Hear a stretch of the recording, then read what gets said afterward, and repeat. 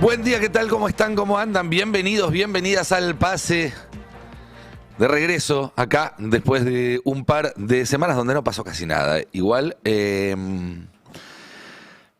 pero bueno, caso resuelto. Aparentemente, un lumpen que vive en un cajero, un ladrón común y un anarquista que plancha prolijamente sus pantalones son los peligrosos terroristas que ponen en peligro a la poderosa nación sobre la que descansan los cimientos de Occidente. O algo así es lo que se entiende cuando uno lee la cuenta de Twitter del presidente Milei después de estar unos días desenchufado.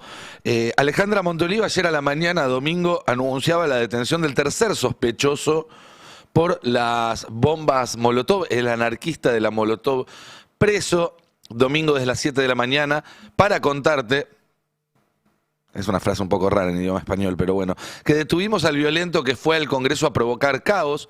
En su casa encontramos bidones con combustible, la ropa utilizada durante el ataque, guantes térmicos y material vinculado a grupos anarquistas violentos. Dijimos que lo íbamos a atrapar y lo hicimos en la Argentina. Las hacen, las pagan con un video. Obviamente mantuvo el equipo de la gestión anterior de Patricia Bullrich, el estilo es exactamente el mismo. Vamos a ver lo que decía la ministra de Seguridad ayer sobre este tercer detenido. Anarquista de la Molotov, detenido. Este es Milton Ptolomeo. Todos lo vimos el miércoles cuando lanzaba la bomba Molotov, con un único objetivo: sembrar caos y desestabilizar el orden institucional. Dijimos que lo íbamos a encontrar y lo encontramos. El DGI de la Policía Federal Argentina analizó imágenes, lo investigó y el sábado a la noche fue detenido en Avellaneda. Este terrorista ahora está preso y quedará aislado en alto riesgo. Tolerancia cero contra violentos y terroristas, porque en Argentina el que las hace, las paga. No sé si están siguiendo esto a través de algún dispositivo con pantalla, pero hay un momento del video donde supuestamente muestran las pruebas que recolectaron en el operativo. Ahí está en pantalla. Y donde se ve un pantalón, supuestamente el que utilizó, dice el tuit, en el día que fue a tirar Molotov esta persona, supuestamente. El pantalón está no solamente planchado perfectamente, sino que tiene los dobleces de cuando está en la pila, en el negocio, lo acaban de sacar del celofán. Además decía, había artículos que lo vinculaban con grupos anarquistas, como el colectivo Ni Una Menos, porque es lo único que se ve en ese sentido, un par de guantes de trabajo y un bidón de combustible, que lo más lógico, ¿no? Es que alguien que hace un atentado con una bomba Molotov después guarde el bidón de combustible en su casa durante varios días, sabiendo que lo están buscando, en fin. Los otros dos detenidos, Néstor Gabriel Barrera, Matías Enzo Roldán, yo diría, casi con certeza, en unos días vamos a enterarnos que no tenían absolutamente nada que ver con esto. Como ahora sabemos que los 17 sospechosos, a los cuales los principales medios de comunicación les hicieron una cadena nacional con su foto, su nombre, su DNI, durante más de 24 horas, tampoco estaban vinculados con esto. Los amenazaron también con aplicarles la ley antiterrorista.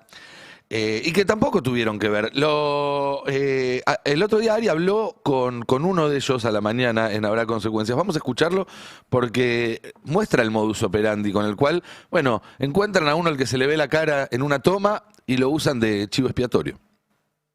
Bueno, a ver, la primera pregunta obvia es, ¿vos tiraste una bomba Molotov?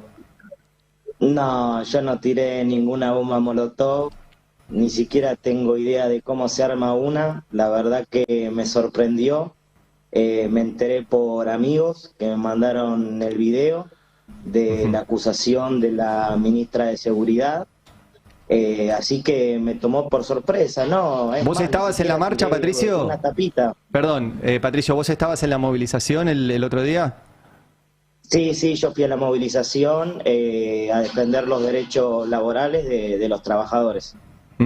¿Y dónde estabas? O sea, esa imagen que comparte la ministra, que dice que sos vos, que muestra tu cara y que estás atrás de una madera, parece, para protegerte, ¿eso fue así? ¿Fue el otro día? ¿Vos estabas ahí? Sí, mira, te comento, yo la mayoría del tiempo de la marcha estuve en la parte del centro. Ujú. No estuve donde la ministra subió la foto Ujú. mía. Ahí fui después cuando empezamos a ver que habían arrancado a tirar gas pimienta porque empezamos a ver que la gente venía para atrás con un grupo de compañeros, la mayoría periodistas independientes.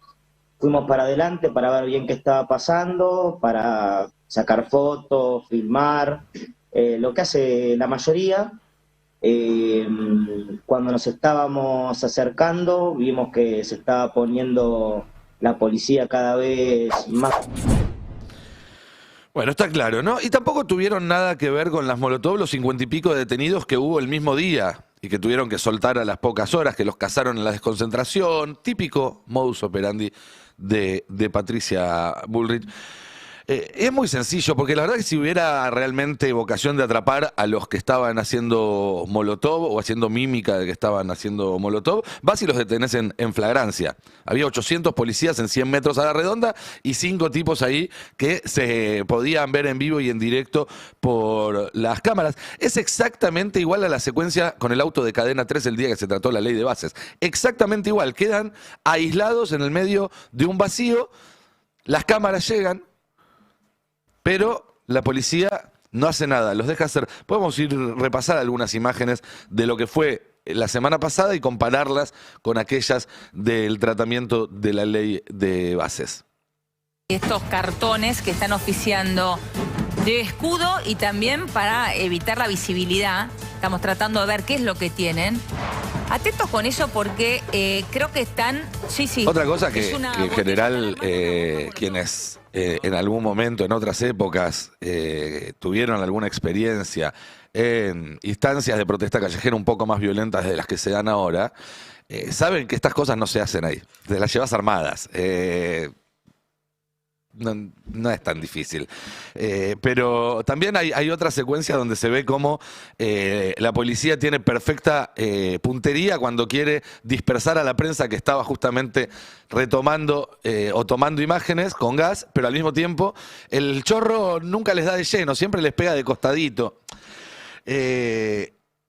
Y si comparamos esto con las secuencias, insisto, de 2024, cuando se trató la ley de bases, ahí se ve el costado. Los fotógrafos, todos dispersados con mucha precisión. Y en el centro de la escena, a los muchachos les pasa el chorro por el costado y se van.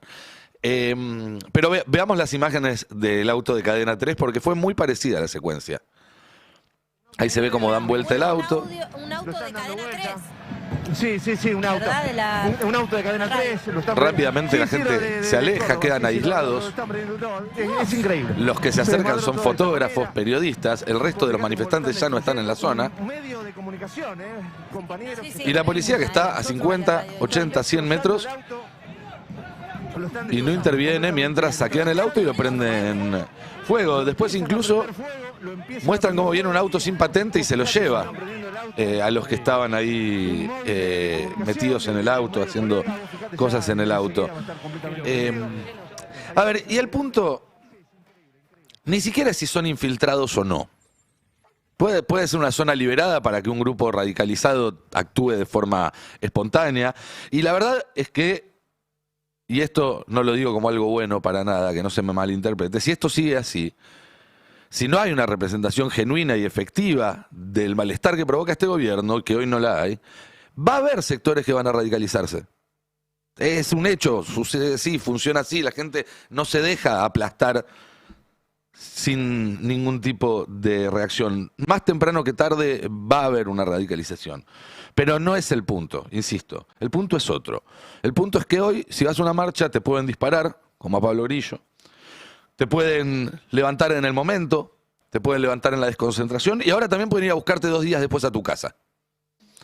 Y acusarte de terrorismo solo porque en alguna cámara, en alguna foto, sale que vos participaste de esa movilización.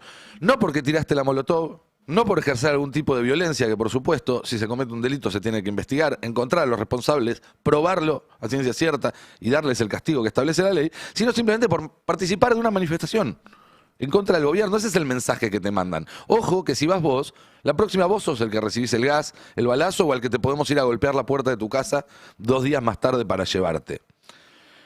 Y gracias a la ley antimafias, que está vigente y que salió con el voto de diputados y de senadores de la oposición, si formás parte de una agrupación que participa de la marcha, o si compartiste publicaciones convocando a la marcha en tus redes, te pueden ir a buscar también, imputar, aunque no hayas ni siquiera pisado la calle.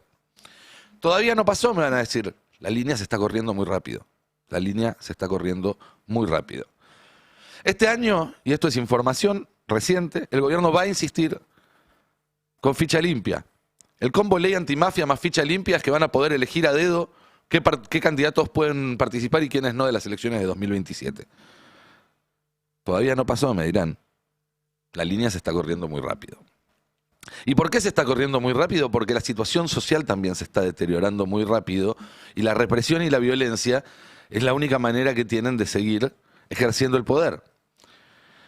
Hay una noticia de este fin de semana que es tremenda, que tiene que ver con el recorte en algo muy, pero muy puntual y muy simbólico, que son las hojas.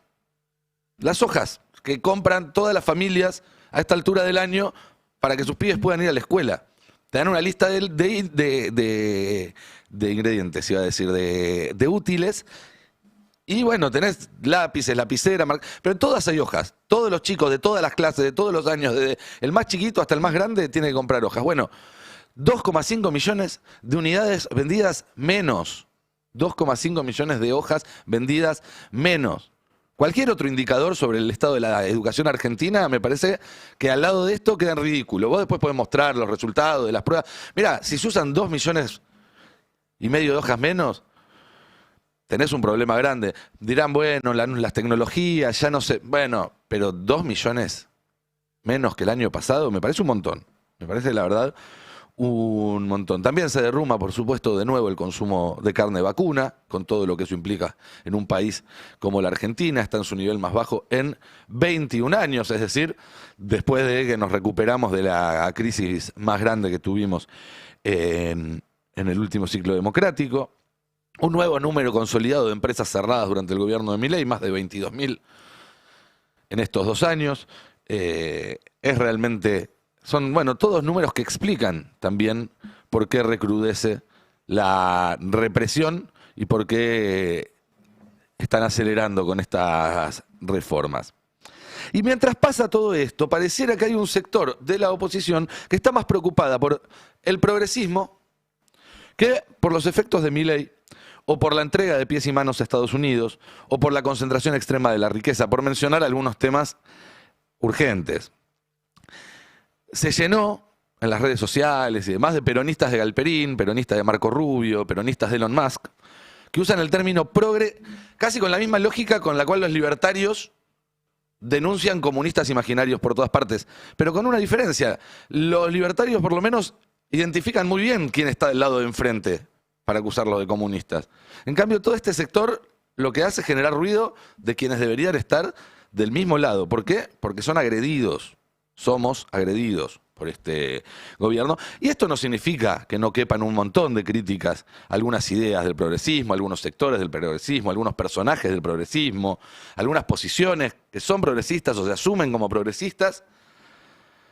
No significa que bajo ese paraguas no se escondan hipocresías, no se escondan pequeñas miserias, como bajo de cualquier otro paraguas político.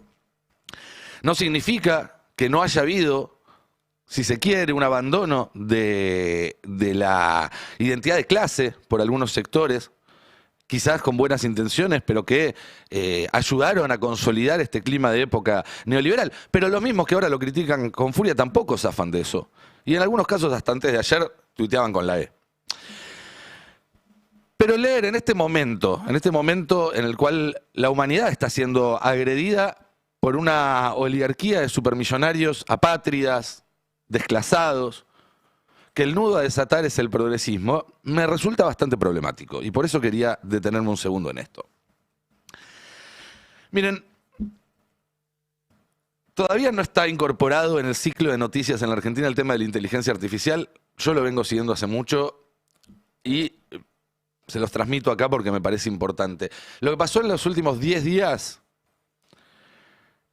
es lo más importante, es el salto más grande desde que conocimos por primera vez ChatGPT hace 4 años, una cosa por el estilo.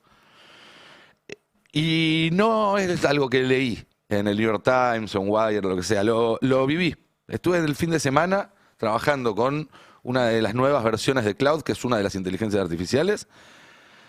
Escribí un programa complejísimo sin saber programar ni media línea de código y funciona perfecto. Le pasé textos y me hizo observaciones que son mejores y más atinadas que la de la mitad, por lo menos, de los editores humanos que conozco. Y hasta hace 2 semanas no le pasaba textos a una inteligencia artificial porque no me servía para nada. Y ahora pegó ese salto. Y eso va a seguir acelerándose. Y va a seguir acelerándose y va a seguir acelerándose. Por lo menos durante un tiempo. Yo no sé cómo va a terminar. Hay quienes creen que va a haber una pérdida masiva de puestos de trabajo de complejidad media y alta en pocos meses y años. Yo creo que todo va a ser bastante complejo y bastante más áspero. No es todo tan lineal. El mundo tiene fricciones. La gente está reaccionando. Va a reaccionar. Pero sin duda es que hay un cambio enorme que está en marcha. Sin ninguna duda. Y aunque no sabemos cómo va a terminar, sí podemos ver cómo creen que va a terminar los que están metidos en ese negocio, los que están metidos en esa industria, los dueños de esa tecnología, y sacar conclusiones al respecto. Porque estén equivocados o tengan razón, nos ayuda a entender cómo piensan. Y la idea de moda en la última semana, porque esto cambia muy rápido, en la última semana, en los círculos de Silicon Valley, en las redes sociales donde se habla más de estos temas de punta y demás, es que en poco tiempo la enorme mayoría del trabajo va a quedar automatizado, no solamente el trabajo manual y físico, sino también el trabajo cognitivo, y que el mundo va a dividirse de forma definitiva, insisto, yo no coincido con esto, pero esta gente está convencida, en una clase baja permanente de personas que o bien van a vivir de subsidios o bien van a luchar por la mera subsistencia, una especie de Mad Max o no sé, Blade Runner, una cosa así medio posapocalíptica, y una clase alta permanente que va a vivir de los frutos del capital y del trabajo automatizado y de todos los beneficios que traiga esta nueva tecnología. Que insisto, pueden ser muchísimos. Yo no niego que a lo mejor la inteligencia artificial en 2 o 3 décadas descubra el secreto para que vivamos 500 años. Ahora adivinen, ¿vamos a vivir todos 500 años? ¿O van a vivir 500 años Elon Musk, Peter Thiel, Donald Trump? A lo mejor le mandan una invitación a Galperín, a Milei no creo que lo suban al barco. Pero bueno, la diferencia, porque ustedes dirán, bueno, es más o menos como vivimos ahora, ¿no? Hay unos pocos que tienen casi todo y la diferencia es que al no existir más el trabajo como hecho social, al quedar anulado por esta evolución de la tecnología, insisto, es lo que creen ellos, la movilidad social habrá terminado de reducirse a cero. Es decir, esa canilla que hace 50 años chorreaba, que ahora gotea, va a terminar de cerrarse. Naciste con capital, vas a estar arriba. Naciste sin capital, vas a estar abajo. Para siempre. Y tus hijos, y sus hijos, y sus nietos. Finalmente, el triunfo del medio siglo neoliberal no es más que una búsqueda de volver a las condiciones del capitalismo originario, antes de que existan no solo los derechos laborales, o los sindicatos, o la misma democracia, sino la idea de que todas las personas somos iguales y tenemos una dignidad mínima en común. La idea misma de que el poder procede de un pacto social entre todos nosotros y no de una entidad externa, a la que en un momento pueden haberle dicho Dios y ahora le dicen capital. No atrasa 100 años, atrasa 300, 500 años. El poder es del que tiene el capital y el capital está cada vez más concentrado. Y los titulares, cada vez menos de ese capital, quieren impulsarse a sí mismos hacia el futuro, empujándonos a todos los demás 500 años al pasado. Por eso también es problemático ensañarse con el progresismo, porque lo contrario de progresista es conservador, y pronto no nos va a quedar nada para conservar. El peronismo, y cuando digo peronismo en realidad me refiero a todos los que quieran oponerse a este plan, no necesita menos progresismo, necesita más. Necesita volver a proyectar en la sociedad una idea de progreso, de que mañana vas a estar mejor que hoy. No un 1,5% mejor según el CIPA. No. Que vas a vivir mejor, que vas a tener más horas libres, más guita para poder darte un gusto, más tiempo para pasar con tus hijos, para formarte, para crecer como trabajador y tener una carrera, para que tu esfuerzo se retribuya. Una idea de progreso compartido, no individual, de progreso asociado al esfuerzo, de progreso apoyado en la organización, de progreso material. Material, sí, porque esa deuda es impostergable. Y de todos los progresos que vienen después también. Porque una persona que progresa materialmente, que tiene algo de tiempo libre, que le sobran algo de recursos, tiene más herramientas para después seguir peleando por otras cosas. Y más motivos también para seguir peleando. Y eso no va a ser fácil.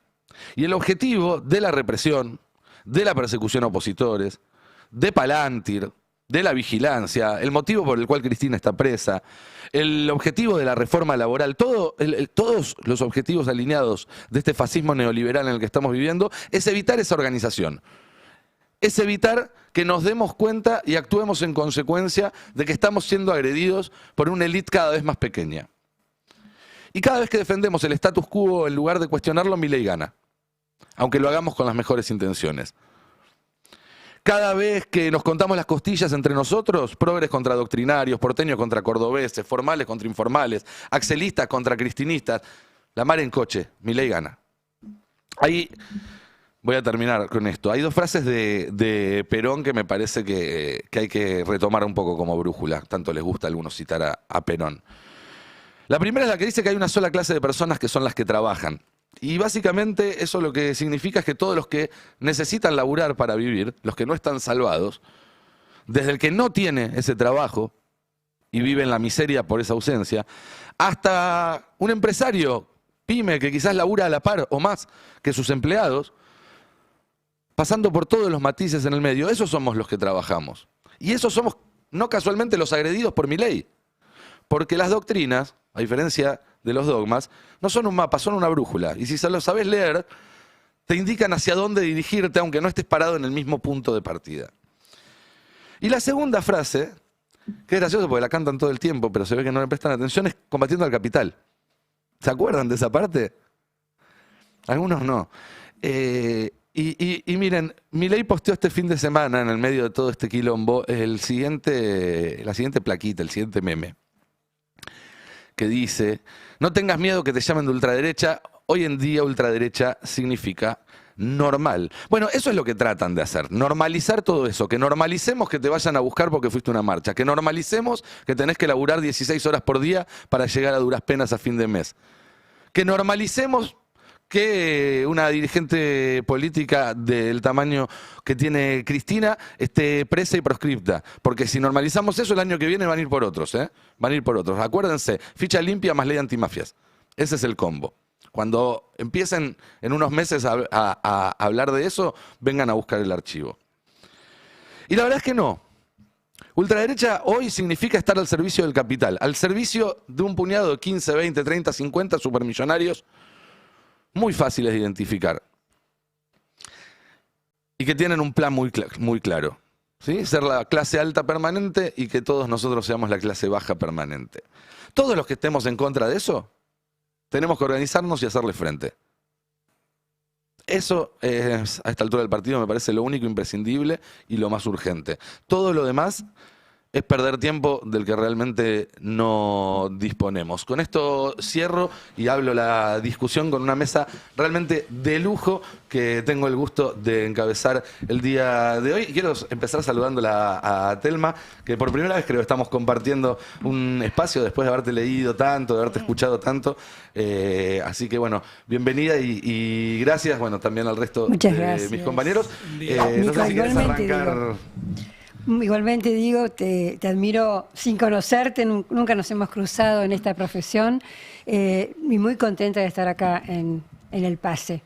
Bueno, hablaste de normalización y yo pensaba cuando te escuchaba también otro tipo de normalización que estamos viviendo, como yo pongo siempre la cabeza más en la política internacional o en la política latinoamericana, lo que nos está pasando no solo como país sino como región. Justamente estamos en una situación así. Se ha puesto el foco, me parece, en el Caribe de una manera escandalosa, el 3 de enero y lo que está sucediendo con Cuba, porque es todo un combo. Sí, claro. No es solamente lo que se está pasando en Venezuela, es parte, me parece, de un proyecto que Donald Trump lo dice con toda claridad, no es que lo está escondiendo, un proyecto que tiene que ver con una subordinación total, lo ha dicho en los últimos papeles, en los últimos Así documentos, que tiene que ver con la apropiación, nos guste o no, de todo, de nuestros recursos naturales, de nuestros recursos humanos, de nuestro tiempo, de nuestra tecnología, de nuestro futuro y hasta de nuestra política. Por eso la injerencia en las elecciones argentinas. Sin duda, ahora en un ratito vamos a meternos entonces con esa página internacional. Alfredo, buen día. ¿Cómo anda? Semana también de discusión sobre Perdón, reforma laboral. Recién volviste las vacaciones, ¿cómo la pasaste? Muy Somos bien. compañeros, somos compañeros. La muerte enseguida se tira, digamos. Uno cuando se saluda, dice, ¿cómo andás? Tanto tiempo. Viviendo mucho tiempo en Estados Unidos y en Estados Unidos esas conversaciones previas. No tienen. Tus No últimas tienen. vacaciones no fraccionadas. Mis últimas vacaciones no fraccionadas. No es que todos te queremos, que te estamos diciendo. No, vos directamente. No, yo te tenía querés. miedo que te pusieras a hablar de fútbol, esa es la verdad. Claro, vos no querés, vos querés ir por otro estoy lado. ánimo para eso. Te quiero comentar algo que, bueno, dentro de las varias ventanas que abriste de tu editorial, sobre el tema de la inteligencia artificial y qué es lo que pasó en estas últimas 2 semanas, y fundamentalmente vinculado con las empresas de software, ¿no? Que a partir de precisamente Cloud o Cloud, como las quiera denominar, dijeron, bueno, che, miren, el tema de los programadores y las empresas de software, parece que está cambiando. Entonces, la mayoría de las acciones del software se derrumbaron. Entonces dice, ¿y esto a nosotros qué nos puede importar? Bueno, ¿cuál es una de las principales empresas argentinas que está internacionalizada, que es de software y que es uno de los también principales soportes del mileísmo, de Milei, y que es presentado como uno de los empresarios exitosos, es... ¿Querés que te diga cómo le digan los empleados? A veces, mi God ya, le dicen. Bueno, estamos hablando de Globant. Sí. Entonces... Mi Goya, el director. Que- Esto es lo que le dicen los nerds fans de los empresarios. Que ya venía mal, tuvo una hora de despidos el año pasado. Sí. Claro, pero ahora este es un nuevo golpe y se vio también en la cotización de las acciones en esta última semana, que pese al derrumbe del 2025, el 2026 comenzó con una muy fuerte caída. Y me parece que es interesante esto de la dinámica que se da en las empresas, en las nuevas empresas que surgen, y que además esas nuevas empresas, sus líderes, se alían precisamente con la ultraderecha. Esto pasan a ser los normales, esos son los nuevos empresarios. Y este es un golpe muy fuerte que le da la inteligencia artificial, el desarrollo de las programaciones, tal como vos lo hiciste en este fin de semana. En unas horas, así es. ¿Sabes Es que que... tiene una derivación muy preocupante lo de Globant? Fue quien financió, quien armó toda la estrategia financiera para que Colapinto llegue a la Fórmula 1. Ajá. Entonces, si se nos cae, tenemos miedo de qué puede pasar. Vos sos el fierrero, la agarra lo que empieza en los fierros, en los fierros. Lo que decís vos también es súper interesante porque da cuenta de que incluso sectores que históricamente estuvieron del lado de los ganadores, ante una concentración tan fuerte del capital y de la tecnología, van a empezar a quedar afuera, porque lo que creen muchos en Silicon Valley es que van a haber lugar para 4 o 5 grandes empresas que ya las conocemos, Meta, OpenAI, Anthropic, que es la de Cloud, Grok, que es XAI, la de Elon Musk, y que todos los que ofrecen servicios subsidiarios van a terminar siendo absorbidos por estas empresas porque van a ser las que generen el software que va a reemplazar toda esa fuerza de trabajo. Entonces, hasta algunas que ahora parecen gigantes, como Mercado Libre o Globant, pueden terminar absorbidas en esa trituradora. Y en esa concentración que vos estabas mencionando, de lo que pasó también en estas últimas 2 semanas, en esta semana que vos te fuiste de vacaciones pasaron cosas No pasó importantes. casi nada. Pasaron cosas muy importantes. Escuchame, Alfredo, hoy abrí el diario a primera hora, decía, Milei se está por ir a Estados Unidos. Eso lo de siempre. El gobierno está contando los votos para la reforma laboral. Lo de siempre. Otro escándalo de corrupción afecta a un ministro. Bueno. Digo, son los mismos titulares que antes de irme. De las 7 grandes tecnológicas, ¿qué es lo que pasó durante estas semanas en la presentación de sus balances? Es que todos los indicadores dieron muy positivos respecto al mismo trimestre del año pasado o año contra año. Pero hay una categoría que es la de CAPEX, o sea, la inversión en capital. Y todos, en algunos casos hasta la duplican. Estamos hablando de Amazon, de Meta, de Google. Y entonces, precisamente lo que vos estás diciendo, ¿por qué? Porque necesitan invertir mucho más en infraestructura para abarcar todo. Y los inversores, los de Wall Street, dicen, pero si van a invertir tanto en este 2026, la tasa de retorno de este 2026 no va a ser tan elevada. Por consiguiente, por eso bajaron las acciones. Ahora bien, los que están manejando la empresa no están pensando solo en el 2026, sino que están pensando a mediano plazo. Y en ese mediano plazo, en esa concentración, necesitan inversión mayor en esa infraestructura vinculada con inteligencia artificial. Digamos, simplemente están pensando en el espacio, digamos, para armar las bases energéticas para alimentar la... Es que hay muchas cuestiones, porque también digo, en esto nosotros pensamos, ¿no?, en la IA y cómo va cambiando nuestra forma de vida en términos de la cotidianeidad. Vos te pones a programar un programa entero que era algo imposible pensado hace un par de meses. Eso está perfecto, pero todavía hay algo que no termina de cerrar con la IA, que es que necesitan mucha inversión, o sea, todavía no terminan siendo modelos sostenibles. Entonces hay muchas cuestiones que hacen pensar, bueno, esto es una burbuja que simplemente va a explotar, como explotó en los 2000 las .com, digamos, que se creía que venían a revolucionar todo y después hubo una corrección de precios y después efectivamente revolucionaron todo, ¿no? Porque estamos acá con la computadora, pero... Viste, para mí no hay que caer en esas estadísticas lineales, porque también uno cree que la IA va a venir por todos, no quedan más trabajos medios y todo lo que pensamos, pero bueno, hay todavía rol de los estados, hay todavía insuficiencias y hay un capital que tiene que salir de personas, que no sale de la IA. Es que además, si fuera técnicamente cierto y posible todo eso, eso no significa que después no pueden haber fricciones en el mundo real. La gente no va a dejar que sus trabajos se pierdan y se va a quedar en la casa diciendo, ay, qué barbaridad, la IA. Y hablando de esas fricciones, o de algunas fricciones por lo menos, porque hay que ir dando pasitos diminutos, ¿existe alguna chance de que antes de las 12 del mediodía anunciemos un paro nacional en vivo en este programa, Alan? Sí, y de la CGT. Epa. Y de la CGT, porque ¿Cómo hay es eso? en este momento hay reunión del Consejo Directivo Nacional, se van a juntar por Zoom a las 11 de la mañana. La novedad es que la UTA ya les anticipó que se va a plegar a este paro, lo que no había ocurrido en la última medida de fuerza nacional, que a propósito de la existencia de una conciliación obligatoria, igual de la que existe ahora, porque la semana pasada se dictó la conciliación obligatoria para la UTA. Bueno, el gremio que conduce los colectivos justamente había mantenido los choferes trabajando y hubo servicio de colectivos. Bueno, ahora se reúne a las 11 de la mañana por Zoom, el Consejo Directivo de la CGT.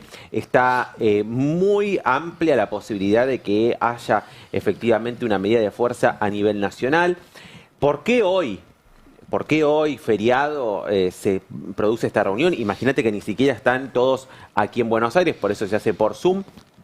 Es que el gobierno aceleró en las últimas horas los tiempos y el gobierno quiere sancionar la reforma laboral el jueves.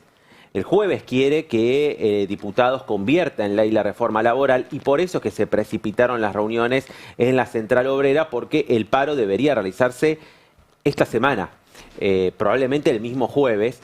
Ya el sector de la CTA ya ha anunciado un paro para hoy. Tenemos la placa número 5 justamente, la concentración el jueves al Congreso y esta movilización, ya entendiendo que este mismo jueves se va a tratar la reforma laboral en caso de que consiga dictamen el miércoles. En el Congreso hay tensión porque también, a propósito del feriado de Carnaval, muchos diputados no van a estar presentes o no llegan el miércoles, por lo cual estaban ahí las distintas oposiciones viendo con quiénes van a reemplazar las presencias para que no les cope el oficialismo la comisión, que sí, obviamente va a hacer lo posible y lo imposible para que lleguen todos sus diputados y firmen el dictamen sin cambios.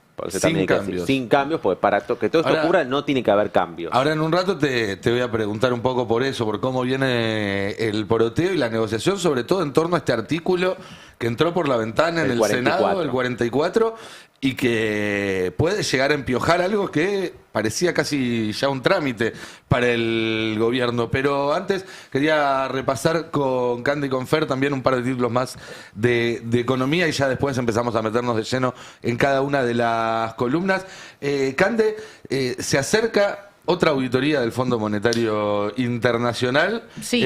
O en realidad la auditoría ya pasó, lo que se acerca es El informe. ¿qué dicen al respecto? Eso. Exacto, sí, sucedió esta segunda auditoría que sucedió muy rápidamente, ¿no? También marca justamente el apoyo político del Fondo Monetario Internacional a la Argentina, pero terminó esa misión técnica. Ahora lo que tiene que venir es el informe ya pasa por el directorio, así que el informe ya tiene como esa traducción, si se quiere, de la parte más política del FMI. Lo que sí me parece importante es lo que tengo en la placa 1, que es el perfil de vencimientos de la Argentina con el FMI en este gráfico del Instituto de Argentina Grande, que lo que muestra es justamente, bueno, cuál era nuestro perfil de vencimientos del programa 2018, digamos, del programa del primer Caputo de Mauricio Macri, y cómo se aumentaron esos vencimientos a partir del programa del año pasado, de estos 20.000 millones de dólares extras, ¿no? Que es la sobrecarga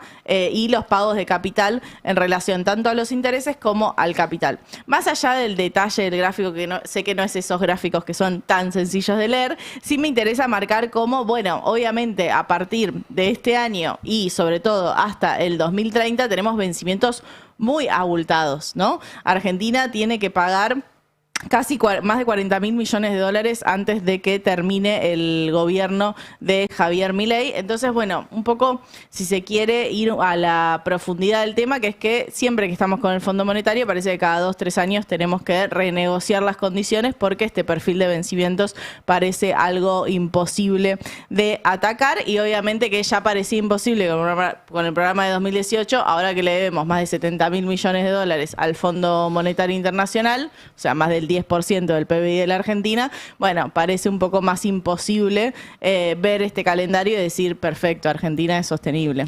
Fer, en ese sentido, ¿se vio en los últimos días más actividad del gobierno para intervenir en el mercado financiero? Sí, yo primero me dejas hacer una aclaración. Sí, claro.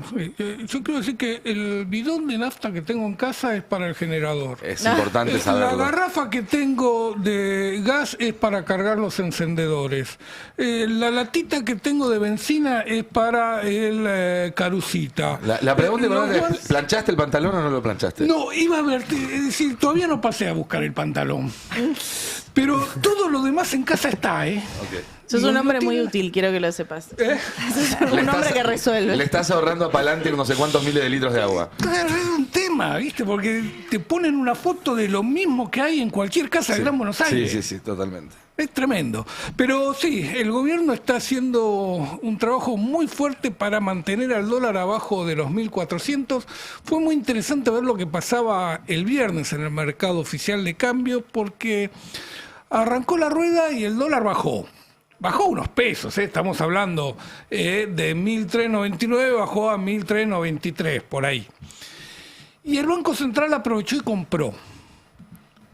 Pasó mitad de rueda y el dólar se empezó a picar, poquitito, pero iba destinado a superar de nuevo los 1.400. Estamos hablando del dólar mayorista, el que opera en el mercado oficial de cambio, los exportadores, los importadores, los bancos y, por supuesto, todas aquellas empresas que se endeudan en dólares y tienen que volcarlo ahí.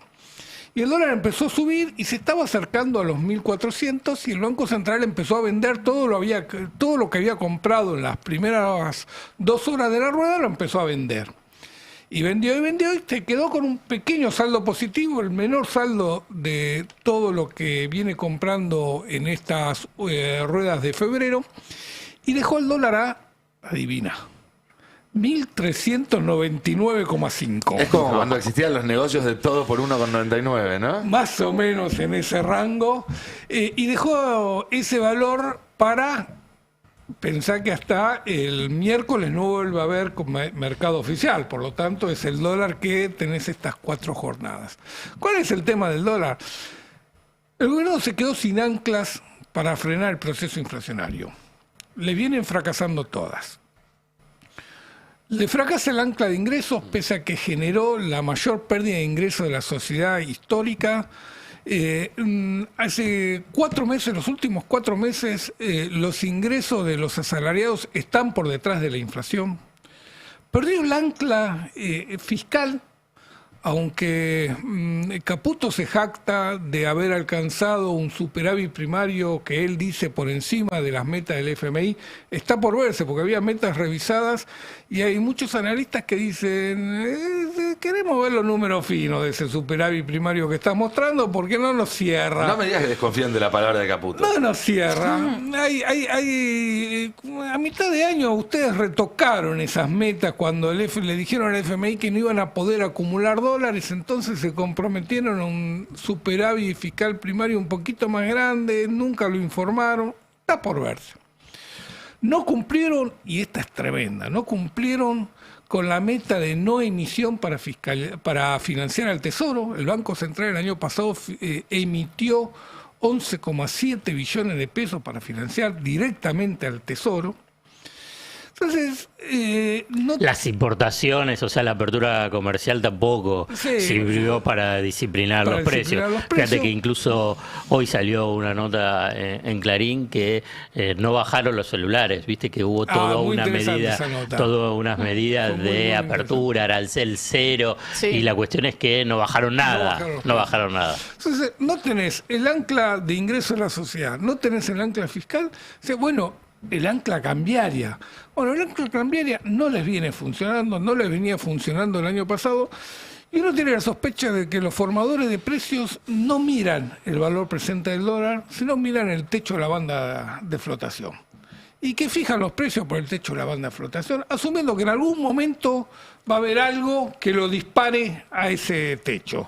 Entonces, esa es la única referencia clara que tienen. Si, bueno, vos me prometés que a este precio me vas a vender, bueno, yo fijo este precio. Si después estás por abajo, vemos qué pasa. Me quedé con algo de lo de los celulares de recién, antes de retomar la agenda del día. Si te bajaron un 30% los aranceles, y el producto de venta al público tiene el mismo valor, ¿significa que hay alguien que se está quedando con un 30% más en el bolsillo? ¿O hay alguna complejidad que se me escapa? No, el tema es si hubo esas importaciones a esos nuevos precios. Claro, muchas veces hay stocks que se pagaron otro precio. Hay mucho stock que todavía no se renovó, por lo tanto lo tenés fijado a precio. Pero además, la reducción de impuestos que hubo en el caso de los celulares es equivalente a una caída de precio de 7%. Sí, el Estado pierde un montón de recursos a cambio de bajar un 7% el precio final de venta. Uno dice, te bajé 30% los impuestos. Sí, los impuestos son una parte de la formación de precios. No es el 30% del valor del producto, es una parte. Cuando hacen el análisis fino, dicen, tendrían que haber bajado entre 7, algunos dicen 10%, pero no más que eso. Y eran los precios, esos precios los podés llegar a encontrar en las plataformas online. Claro. Ahí puede ser que, como las importaciones son uno a una, te la traigo y te la vendo, tiene más que ver con contrabando que con... No tenés los costos fijos, de un local, de trabajadores. Esa idea que existía de que uno iba a poder comprar un iPhone o una computadora al mismo precio que en Miami, no tiene sustento en la realidad. No está funcionando. Ni podría funcionar, pareciera, por cómo lo... y además está lo que dijo Fernando, cuando vos sos importador, ¿no? ¿Y a qué tipo de cambio vos vas a definir el precio? Y entonces no es a ese 1.399,50, sino que estás pensando, pero mira, y si yo después cuando tengo que recomponer este stock, y por ahí el dólar es a 1.650, y entonces estás viendo ese tipo de cambio futuro o eventual frente al techo de la banda cambiaria. Además tenés otro componente de precios del que se habla poco, pero que influye mucho, que es la tasa de interés en pesos. También, claro. Entonces, si vos tenés una tasa de interés en pesos extremadamente positiva, puesta por el gobierno, no formalmente, pero inducida por el gobierno, para frenar una dolarización, vos ese costo financiero lo tenés que trasladar al precio. Y también para mí marca los límites de que vos mantengas una política aperturista solo para bajar los precios. O sea, de que tu medida de esto que decías vos, de contener la inflación, sea ir abriendo el mercado, bueno, también tiene sus limitantes, no solo por el tipo de cambio, por la tasa de interés, sino también por el efecto recesivo en la economía. Digamos, no son importaciones para producir, sino que son importaciones de bienes terminados. Los que vivimos en la década del 90... Sabemos que la apertura económica fue una parte de los precios. La otra parte que dominó los precios fue la aduana paralela. La aduana paralela era un sistema que permitió el gobierno de Menem y de Cavallo, por el cual ingresaban los contenedores formalmente sin ningún control. Entonces, todo lo que entraba ahí no tenía precio. Y ahora vos, pese a que tenés reducción de impuestos, pese a que tenés dólar barato, pese a que tenés un montón de incentivos, todavía tenés una estructura que responde a la legalidad. Si no hacen una aduana paralela, es decir, si no dejás... No les des ideas. No, lo que sucede es que vos lo que tenés es que la apertura comercial lo que está haciendo es conteniendo una disparada más acelerada de precios, no una baja de precios. Entonces, ¿vos cómo la tenés? Bueno, una, como lo decía Cande, bueno, vos lo que tenés es una recesión y una pérdida de puestos de trabajo, caída de la masa salarial global. Entonces, vos decís, bueno, no tenés demanda. Entonces, eso evita que te aumenten los precios. Este es el punto central que vos podés pensar, decir, bueno, a ver cómo se disciplinan los precios. Pero no por una baja. A ver... Que no suba tanto. En el laboratorio, ¿sabes cuándo puede ser? Es cuando desaparezca totalmente la industria, desaparezca totalmente la producción nacional. Entonces vos agarras ahí, la cuestión es, entonces ahí en el ingreso del precio, el producto del exterior, a un precio más bajo, puede ser que ahí baje. La cuestión es que no vas a tener consumidores. Ahí entonces lo que sucede, vos tenías unos datos, Cande, es que terminás pagando un precio muy alto como país a cambio de un beneficio que no muy se reducido. siente. Sí, de hecho en la placa 3 salió un informe muy interesante de P4Q, que es la consultora de Álvarez Agis, donde habla justamente de estas importaciones y el efecto que están teniendo en la economía en términos de puestos de trabajo, pero también en términos de precios, entendiendo esta estrategia del gobierno. Lo que está en pantalla es cuáles son las divisiones que crecieron por encima del IPC y cuáles son las divisiones que crecieron por debajo del IPC, o sea, de la inflación general, qué creció más, qué creció menos. Y lo que se ve acá es que lo que más creció tiene que ver con, en economía llamamos bienes no transables, que son los bienes que tenés que consumir sí o sí acá. O sea, no podés importar, ir a comer a un restaurante, ¿no? Si estás acá en Argentina, vas a comer en un restaurante de la Argentina, lo mismo con el alquiler, lo mismo con los servicios de agua, luz, electricidad, comunicación. Bueno, todos esos son sectores que crecieron por encima de la inflación. Cuando vamos a los sectores más transables, o sea que sí podés importar, bueno, ahí sí vemos que evolucionaron por debajo de la inflación, sobre todo lo que tiene que ver con prendas de vestir y calzado, equipamiento y mantenimiento del hogar, que tiene que ver mucho con estas importaciones de electrodomésticos, y bebidas alcohólicas y tabaco, ¿no? Entonces hay una, si se quiere, una evolución más lenta en la inflación de estos sectores, pero a costa, obviamente, de todo el sector industrial argentino. Por eso en la placa 2 se ve, si se quiere, ese impacto en términos de qué fue lo que se importó. Porque no siempre que hay boom importador en la Argentina involucra una destrucción del entramado industrial. Vos podés importar insumos para producir. Claro. El tema es que acá lo que estás importando son bienes terminados y eso es justamente lo que compite con la industria nacional, y de hecho es la estrategia del gobierno, ¿no? Que compita con la industria nacional para bajar el precio. Y ahí se ve cómo se duplicó la importación de vehículos.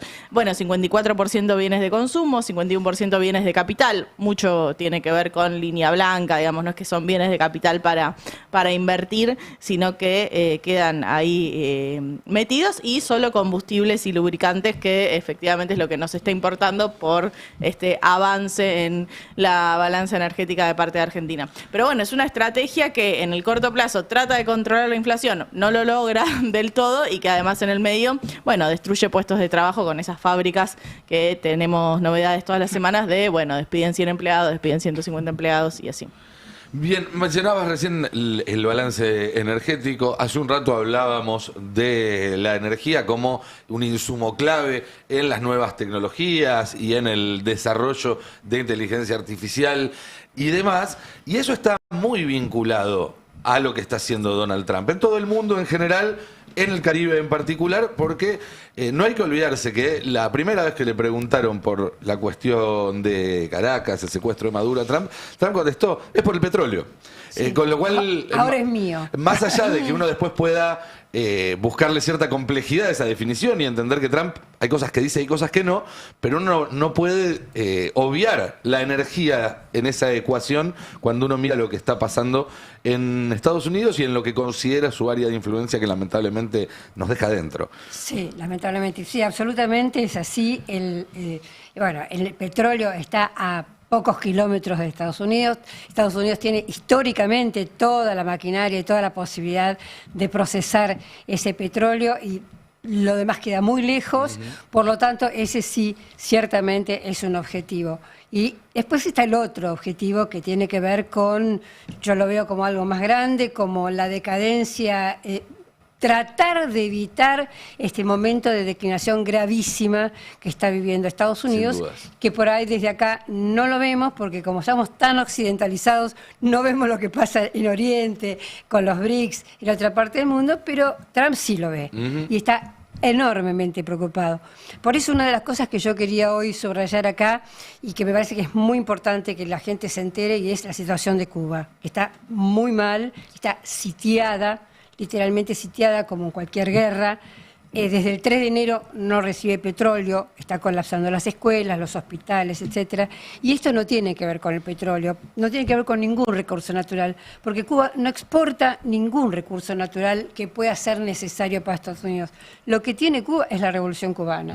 Y ahí está el ataque, ahí está el objetivo de destruir algo que es, de alguna manera, un ejemplo, un modelo de independencia y soberanía que ha servido muchísimo, por ejemplo, para la Revolución Bolivariana, que sigue siendo como un ejemplo de, bueno, algo diferente puede pasar, la Unión Latinoamericana puede suceder, y eso me parece que también es importante subrayar, ¿no? Hay un proceso también donde uno ve a Estados Unidos prepararse casi para una guerra, o sin el casi, y de nuevo Cuba pasa a tener ese lugar estratégico de estar a 50 millas de la costa de Estados Unidos y obviamente en un Estados Unidos que se ve casi como un imperio hemisférico desde Groenlandia así se llama, hasta la Antártida, no puede permitirse tener un país rebelde tan cerca, ¿no? Claro, claro, exactamente es eso. No puede permitirse ni tan cerca ni tan ejemplo para otros. Claro.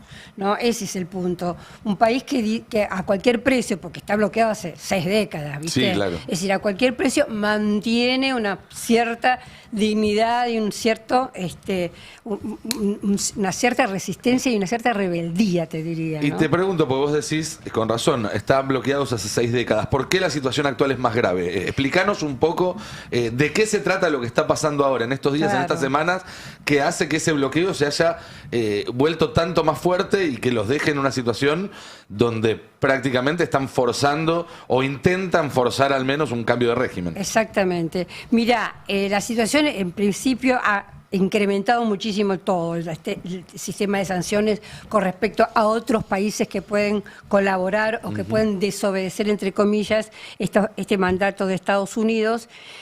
Hay una importante, ¿cómo decirte?, programa de manipulación interna. Esto es muy importante porque ya hay quienes dicen, bueno, hay que ceder, hay que bajarse, hay que cambiar, y quienes sostienen que probablemente haya que cambiar. Yo acá quiero recordar una cosa que es del pasado. En el 91, cuando cayó la Unión Soviética, también se llamaba el periodo especial. Sí, claro. Cuba también estuvo en un momento súper difícil para la población. Y Fidel, que estaba vivo, hizo cambios estructurales. Privatizó algunas pequeñas cosas, hizo un cambio monetario, etc. Es decir, no se está cerrado a un cambio, pero sí se está digamos, un sector y el del gobierno está cerrado a lo que vos llamás el cambio de régimen. Claro, una ¿viste? cosa es decidir por sí mismo hacer un cambio y otra cosa es como sucedió en Venezuela, que vengan con 2 helicópteros, digamos este sí, este Claro. no, y a partir de ahora el que se queda hace lo que yo digo. No va a ser, creo que no va a ser de ese tipo, no va a ser con bombardeo, es por genocidio, digamos, por inanición, porque le falte la comida, porque le falte las medicinas. Hay una reacción muy importante a nivel global. Desde ya la presidenta Claudia Sheinbaum de México ya ha enviado 2 buques con más de 800 toneladas de, bueno, de todo, de medicinas, de leche, de frijoles, de arroz, etcétera. Y también pareciera, por lo menos así dice Izvestia, el diario ruso, que va a haber alguna forma de Rusia de mandar petróleo. Todo esto está, por supuesto... Hace 3 días hubo una nave que supuestamente llevaba petróleo a Cuba, pero que fue interceptada en el Océano Índico. Exactamente. Es decir, porque uno Verónica, de que la- se llama, Verónica el 3. Sí, una sí. de las relatos, si se quiere, en Estados Unidos es el gobierno de Estados Unidos no le vende, pero no prohíbe que otros países le vendan. Y eso se está demostrando que es mentira, de que el bloqueo también está decidiendo qué entra y qué no de otros países. Absolutamente. Y me das pie, mira, para comentar lo que dijo ayer justamente el canciller o el secretario de Estado, lo llaman ellos, Marco Rubio, Sí. porque es interesante ver cómo ya, primero, la forma ilegal de bombardear Caracas.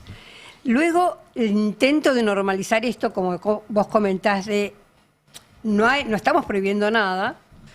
Y ayer se visualizó cómo están intentando instalar una nueva percepción de lo que está pasando, de lo que están haciendo con nuestra región y de lo que están haciendo con Venezuela. Si te parece, lo vemos en la placa y yo voy contando un poco lo que dijo Marco Rubio, porque trata de... Bueno, voy contando. Dice, hay un montón de países que no les gustó lo que hicimos con Venezuela y que está en nuestro interés nacional. Los países pueden decir lo que quieran, pero es algo decir yo, si a mí se me canta, lo hago igual, ¿no? Hay aliados nuestros muy cercanos que no les gustó lo que hicimos en Venezuela, pero puedo decirles, fue muy exitoso y estamos muy orgullosos. Y era necesario, porque Maduro es narcoterrorista, algo que después desmintieron, Sí. pero ahora parece que otra vez. Y que son las mismas excusas que utiliza el Ministerio de Seguridad de acá para perseguir a la gente que va a las marchas. Exacto. Dice, le hicimos un montón de ofertas. Es decir, ¿qué quiere decir? ¿Lo tratamos de chantajear a Maduro? Y miren lo que pasó. Les puedo asegurar que Venezuela está mucho mejor que hace 6 semanas, porque ahora tienen una oportunidad y tienen un futuro. Entonces, ¿qué nos está queriendo vender ahora como idea?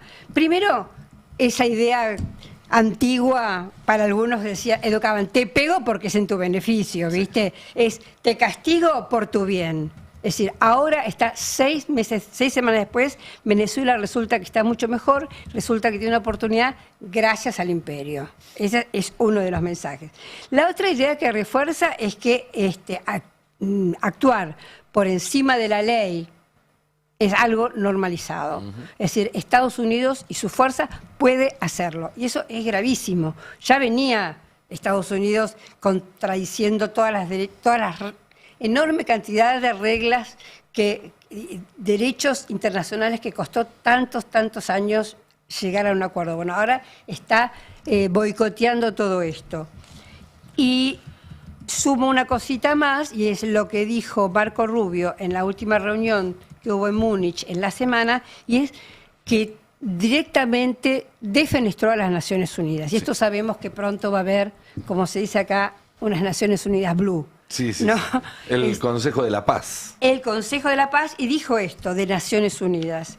Tiene un enorme potencial, no lo podemos ignorar, pero la verdad es que no da respuesta. Prácticamente no juega ningún papel en el mundo. O sea, Marco Rubio se está constituyendo en el vocero de Trump, de su doctrina, de su política, y por eso creo yo que en el Mar Caribe se está centrando en este momento esa fuerza que intenta dominar. No puede dejar a ningún gobierno, ni siquiera a Brasil, que es parte de los BRICS, Sí, claro. con ningún mínimo centímetro de soberanía. ¿Y este Marco Rubio puede ser el reemplazante de Bueno, Trump? esa es una pregunta muy interesante porque cuando uno ve todo lo que está pasando en Estados Unidos y desde Estados Unidos hacia el mundo, lo que está viendo también es una interna por la sucesión de un Trump que es una persona Cumple 80. de edad avanzada, que constitucionalmente no podría Claro. presentarse a un nuevo mandato, si bien él lo pone Si en hay duda, elecciones. y si hay elecciones, pero ahí hay figuras, aparece Marco Rubio, si se quiere, como un representante del ala más tradicional del Partido Republicano Conservador, Es un neocom, como un Bush. neoconservador.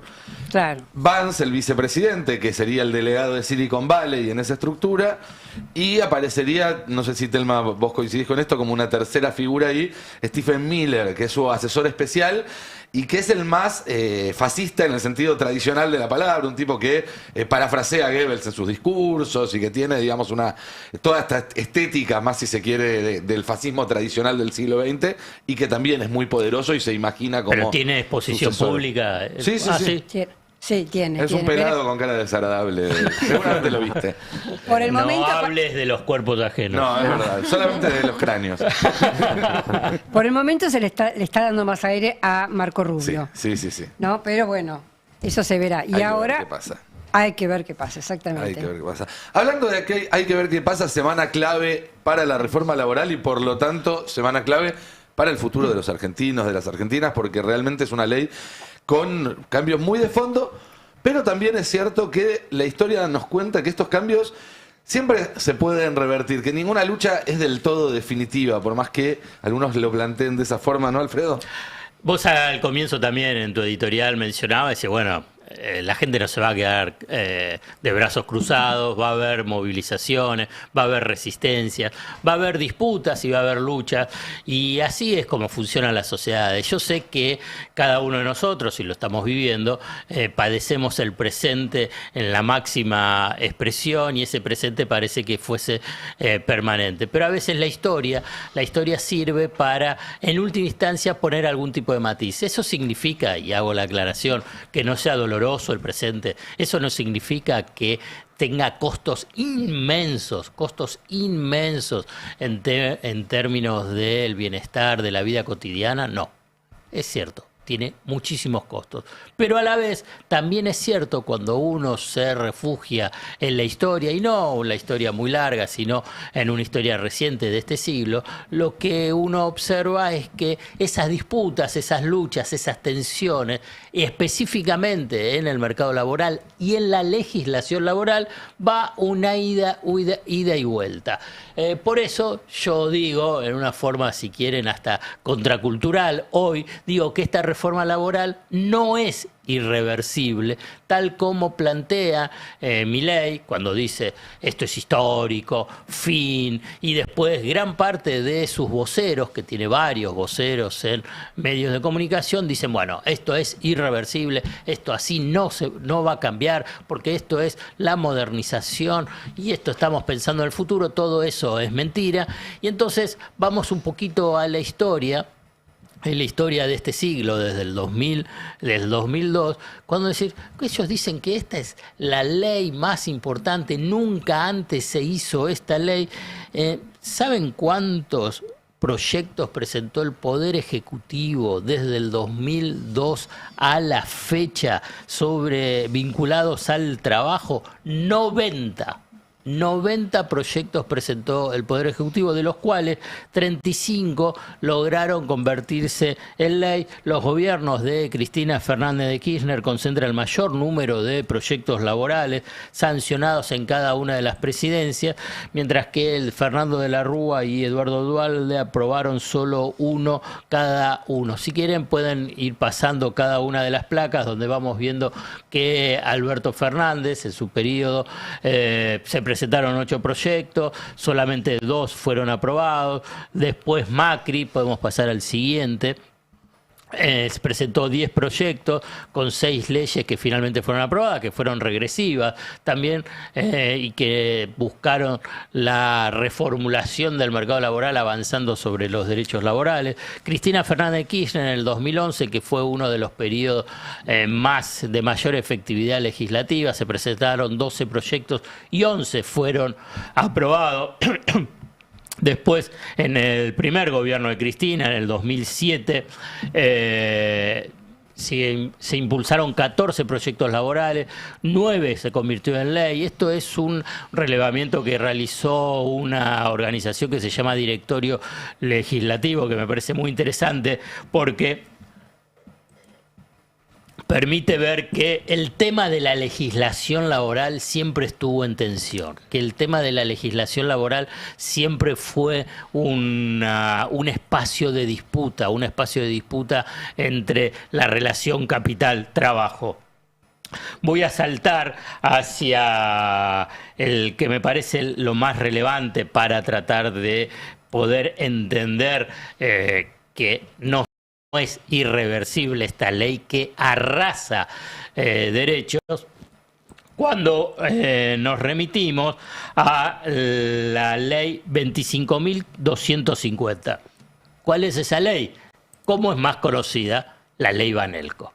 La ley Banelco durante el gobierno de Fernando de la Rúa, que también buscó arrasar derechos. Pero ¿qué pasó? El 2 de marzo del 2004, en el gobierno de Néstor Kirchner, derogó esa ley 25.250 por la ley 25.877, siendo Carlos Tomada el ministro de Trabajo, que más duró en la historia en ese cargo, porque estuvo en el gobierno de Néstor y después en los dos de Cristina. Entonces, fíjense, le voy a decir lo que cambió para decir qué es lo que fue la ley Banelco. Implicó la recuperación de derechos, el fortalecimiento de la inspección laboral. El periodo de prueba volvió a ser de solo 3 meses. Se amplió la capacidad de negociación colectiva al incorporar los cambios tecnológicos en la producción. Se restableció la ultraactividad. Hoy en el proyecto de mi ley se borra. Se adoptaron los criterios de la OIT para delimitar los servicios esenciales. Hoy en la legislación de mi ley también avanzan sobre eso, que es avanzar sobre el derecho de huelga. ¿Qué quiero decir? Que va y viene. Eso es una tensión permanente en la legislación laboral y, como también planteaba vos, Nico, bueno, la lucha, la disputa, que el sector político, sociales, gremiales, no se van a quedar cruzados de brazos y van a buscar precisamente dar vuelta a esta legislación que es profundamente regresiva. Como decimos siempre acá, cuando no existía la huelga legal, no era que no había conflicto. En general el conflicto quizás tardaba un poco más en llegar, pero cuando llegaba terminaba con fábricas prendidas a fuego, patrones colgados de los pies y demás. La ley vino a cuidar a las dos partes, claro, a reducir el conflicto, a hacer, voy a decir algo que le gusta mucho a los liberales, más previsible todo el proceso de tener, tanto de ser empresario como de ser trabajador, de las dos partes. Cuando vos deshacés todas esas protecciones pensando que estás sacando una ventaja, bueno, esa ventaja puede tener patas muy cortas y terminar en situaciones que no son las esperadas. Hay un ejemplo muy claro. Francia en el año 2005-2006 aprobó una legislación muy regresiva en materia de derechos sindicales, sobre todo. ¿Cuándo empezaron esas protestas que ahora vemos cada 1, 2, 3 años en la cual prenden fuego autos, rompen vidrieras y demás? Cuando la gente dejó de poder expresarse a través de los métodos institucionalizados. Antes quizás tenías un sindicato que te paraba el país durante 2, 3, 4 días, porque Francia tiene una tradición sindical muy fuerte. Ahora no tenés eso, pero cada 3 o 4 años te prenden fuego la mitad de la capital. Yo creo que era un poco más útil el sistema anterior, ¿no? A mí me llamó la atención que durante el debate de la ley en el Senado, los sindicalistas con los que uno interactuaba delegaban en los políticos el tratamiento de la ley, como que esto era un debate político. Digo, hermano, es un debate, si vos no ponés a la gente en la calle, si vos no la movilizás, si vos no haces acción, no tenés presión sobre los políticos. Digo, entregaste todo. Recién ahora parece que van a, para mí tarde, pero empezar. ¿a qué responde en parte también? A que a partir de la discusión en la Cámara de Diputados se empezaron a conocer los detalles del proyecto de ley y mucha gente del común está diciendo, ¿qué es esto que se acaba de aprobar? Entonces está empezando a haber ahora un consenso social diferente. Una pregunta y a muchos cortita. gobernadores les están llegando ahora las encuestas con la gente diciendo, ay, no estoy de acuerdo con esta reforma laboral. Tengo una pregunta, porque esto me lo perdí, yo estaba desenchufado de la playa. El artículo ¿lo metieron por la ventana el último día o está ahí desde el primer día y nunca nos dimos cuenta? El artículo estaba, nosotros advertimos el lunes que existía este artículo y lo que cambió es que se aclaró la proporcionalidad. Porque lo que decía el artículo es que ante una lesión tenía que haber un descuento del sueldo proporcional a las tareas que podía llegar a realizar el trabajador. Le pusieron el número y le ahí pusieron, impactó. claro, 50-75. Y como aparecía en rojo en el documento que daba a conocer los cambios, por eso muchos lo leyeron. Claro. No sé qué es más impresentable, si el oficialismo o la oposición en este sentido. Pero bueno, saben ustedes que en el pase queremos darle lugar a todas las voces, a todas las campanas, y a lo mejor en la última hora y cuarto estuvo un poco sobre representado el zurdaje, como le dicen algunos. Así que es el momento de conectarnos con este fragmento, este segmento, esta sección, no sé cómo llamarlo, aunque ellos sí saben cómo llamarlo, le dicen de derecha. ¿Qué tal, querido? Muy buen día, Nicolantos. Bienvenido. Buen día, Eduardo. Bienvenido. Sí. Es de día, te aclaro. Tuviste que chequearlo. No, por si vos tenés que chequearlo. Capaz venís y yo lo pensás tenía que es de noche. Bueno, este es un espacio que arreglamos junto a Roberto Navarro, que se llama De Derecha. Esto es De Derecha, el programa Está muy bien. para... Hay que incluir a todas las voces, hay que dar todos los debates. El programa para la gente bien, para los que se despiertan, se bañan y van a trabajar. Sos muy amable con nuestro público, Eduardo. Y a los que no les importa cuántas horas van a pasar en el trabajo, porque el trabajo dignifica, Lantos. No, lo que significa es que te paguen bien por el trabajo y poder hacer algo digno de tu vida gracias al esfuerzo que tuviste. Este es un programa, ¿sabés para quién? Para los que no pierden el presentismo por cuestiones cotidianas. Hay gente que falta por neumonías, quebraduras externas, por familiares directos internados en terapia intensiva, aquello, cualquier excusa es buena, ¿viste? Para faltar. Hay gente que falta por una pequeña arritmia. Dejate de joder. Bueno, para toda esa gente no es este programa, porque al país se lo levanta trabajando, ¿no es cierto, Babi? Así es, por eso auspician De Derecha la esposa de Sturzenegger. Do you know speak English? Don't worry, I'm learning you with yours, con la tuya. Auspician De Derecha, Cámara Argentina de Novillitos y Carnicerías Alan Faena. Comunican, ¿te hicieron creer que podías comer carne cuquita termo? No nos hacemos matar para que vos y 4 gordos más se coman un asado. Nosotros damos la vida para gente de bien. Coman polenta. Bueno, muy bien. Vamos a los mensajes de los oyentes acá en De Derecha, este microespacio que permite Roberto Navarro. Vamos a los oyentes, Babi, dale. Bueno, escribe Adolf de Bariloche. Dice, si Moreno no se hubiese patinado la guita del tesoro que había juntado Saavedra, hoy seríamos Australia. Muy bueno el programa. Pasen la marcha de San Lorenzo. ¿Qué más? Joseph de San Martín de los Andes. ¿Qué nombres? Dice, ¿de qué se quejan los jubilados? No gastan en nada, están al pedo todo el día mirando la tele, muy buena la radio. Pasen la marcha fúnebre. Bueno, también Leopoldo Fortunato de Pergamino escribe. Dice, ahora los porteños van a saber cuánto cuesta de verdad el pasaje de colectivo. Si tuviese plata, invito un asado para todo el barrio. Muy bueno el programa. Bueno, muy bien. Sabemos que en las últimas semanas hubo una polémica por la edad de imputabilidad de delitos. Yo quiero decir algo políticamente incorrecto acá en De Derecha. A ver, progres, tápense los oídos. Debe imputarse todo delito desde el mismísimo momento de la concepción. ¿A qué me refiero con esto? No hay pibes que cagan a patadas a su propia madre desde adentro de la panza antes de nacer. Imagínate, ese pequeño delincuente todavía no nació y ya le pega a su propia madre. Carcelovada, diría alguien. Auspición De Derecha. Juegos didácticos para que los niños aprendan jugando, de los autores de Paredón y La Guillotina. No. Llega la motosierra. No. Ideal para jugar con hijos adolescentes. ¿Dejás las medias tiradas por toda la casa? Motosierra.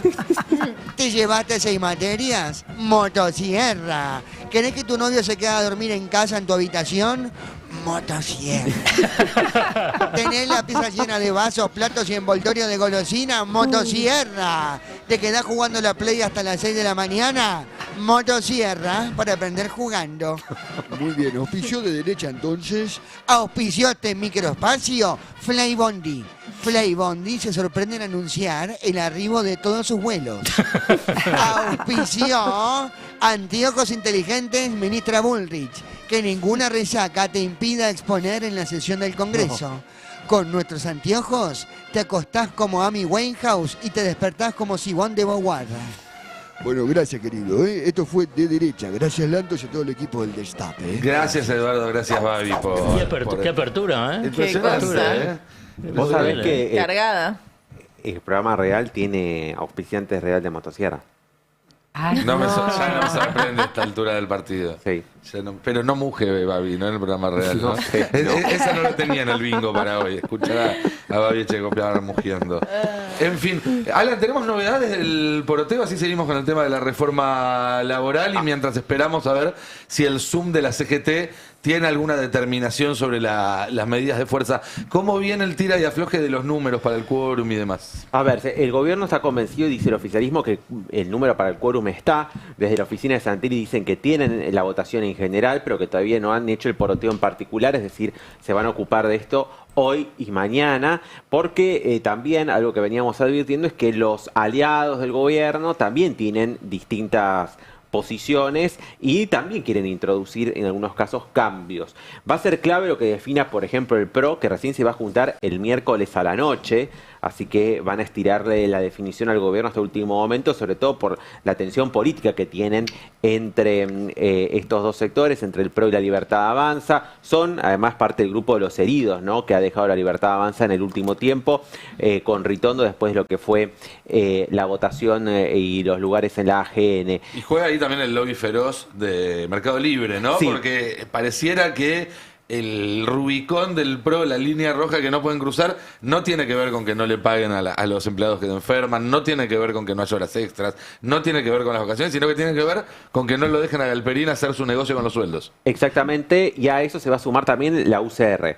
El bloque del radicalismo oficial también está en esa línea pidiendo que se reincorporen a las billeteras virtuales. Lo que dicen en el oficialismo, insisten en esto, es que dicen, billeteras virtuales no son solamente Mercado Libre, hay más de 200 en todo el país, es muy difícil de controlarlas, no tienen un respaldo económico. ¿Qué pasa si no tiene un fondeo como lo tiene cualquier banco? Entonces no podemos darle los sueldos a las billeteras virtuales.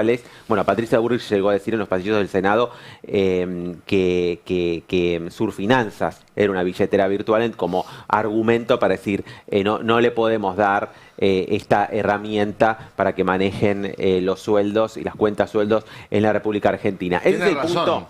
Por razones equivocadas, porque en realidad lo que hacen es defender el lobby de los bancos. Pero tienen razón, las billeteras virtuales no tienen las regulaciones. Hay una gran discusión detrás de eso, porque también detrás de eso está toda la masa de fondos que sostiene el crédito en Argentina. Si vos le sacás a los bancos el fondeo ese y lo trasladás a las billeteras virtuales, o convertís a las billeteras virtuales en bancos que puedan prestar, o toda esa masa de dinero no se puede prestar. Las billeteras virtuales te dicen dan crédito, pero dan crédito con la propia, no pueden dar crédito con el fondeo de los ahorristas. Claro. Esa es la diferencia entre una billetera virtual y un banco. La gran diferencia es que vos no podés prestar fondos que recibís como ahorro de otra persona. Pero que se conviertan en bancos. Si el Mercado Pago, que se convierta en banco. Wallah lo hizo. Claro, por eso, tienden a eso. Tienden a comprar bancos. Y bueno, y a partir de ahí pasás a tener las mismas regulaciones que tenés todos los bancos. ¿Por qué tienen que tener una regulación privilegiada, digamos, que es en realidad no control? Entonces, si quieren participar del negocio, si quieren participar del negocio de administrar las cuentas sueldo y otros más, que se convierten en bancos. ¿Qué es lo que pasa? No quieren ser regulados. Claro. Entonces ahí pero está, es ese es tremendo un porque punto. si el Congreso aprueba esto, vas a tener un problema con el crédito en Argentina al otro día, ¿eh? Enorme. Al otro día. Ahora- Y el crédito no es, perdóname, Sí, sí, pero sí. el crédito es el financiamiento de las tarjetas de crédito, el crédito es los créditos hipotecarios, pero el crédito fundamentalmente es el descubierto en cuenta corriente de las Claro. empresas. Digo, todo eso está fondeado con los depósitos de los ahorristas y los depósitos de los ahorristas proviene del pago de los salarios. Y vos que estabas mencionando el crédito, discúlpame Nico, digamos, por ahí es una deriva, pero que me parece importante mencionarlo porque hay una tensión fuerte hoy en el sistema financiero vinculado con el tema de la morosidad. El tema de la morosidad, tanto en el sistema formal como en el sistema de las fintech. O sea, Que es mucho más alto en la fintech, Claro, es es más mucho del más doble. largo. Es una situación que es difícil porque eso después afecta a los niveles de rentabilidad que tienen cada uno de estos sectores. Y entonces, ¿qué dice? Mirá, se va a afectar mi nivel de rentabilidad, entonces tengo que tratar de capturar otros negocios para tratar de compensarlo. Y entonces esto no es menor vinculado con esta discusión que se está dando. Sin duda. Te preguntaba, Alan, porque hace unos días el escenario era que el gobierno iba a poder pasar el mismo proyecto que salió del Senado en diputados. Ahora aparece esta cláusula, que es la más polémica de todas, obviamente, que es la que tiene que ver con las licencias por enfermedad. Ahora, con la dinámica parlamentaria lo que suele hacer es que con este tipo de cosas, cuando vos abrís el resquicio a que se empiece a discutir un artículo, empiezan a querer meterte por la ventana otros artículos. ¿Cómo está el escenario respecto a esto, a la posibilidad de que vuelva al Senado? A ver, hay una tensión porque el gobierno no quiere que vuelva al Senado. Ya lo dejó en claro Patricia Bullrich ayer, que anunció además que van a modificar el artículo 44. Dijo textual Patricia Bullrich que vamos a hacer una modificación para que quede el 100% del sueldo en casos de enfermedades severas o irrecuperables. Aunque aclaró que estaban viendo el método reglamentario para poder hacerlo. Ellos creen que en la reglamentación, la promesa que le van a hacer es que eso lo van a corregir en la reglamentación, porque quieren que la ley salga esta misma semana. Entonces, para eso no puede volver al Senado ni puede haber modificaciones. Ahora, va a haber más planteos de modificaciones que se van a presentar durante el debate en diputados. Lo que es el encuentro federal, que es no encuentro federal, en realidad lo que era encuentro federal, que ahora es Provincias Unidas, sí, va a plantear objeciones respecto al FAL, al Fondo de Cese Laboral que subsidia los despidos, porque desfinancia las cajas provinciales.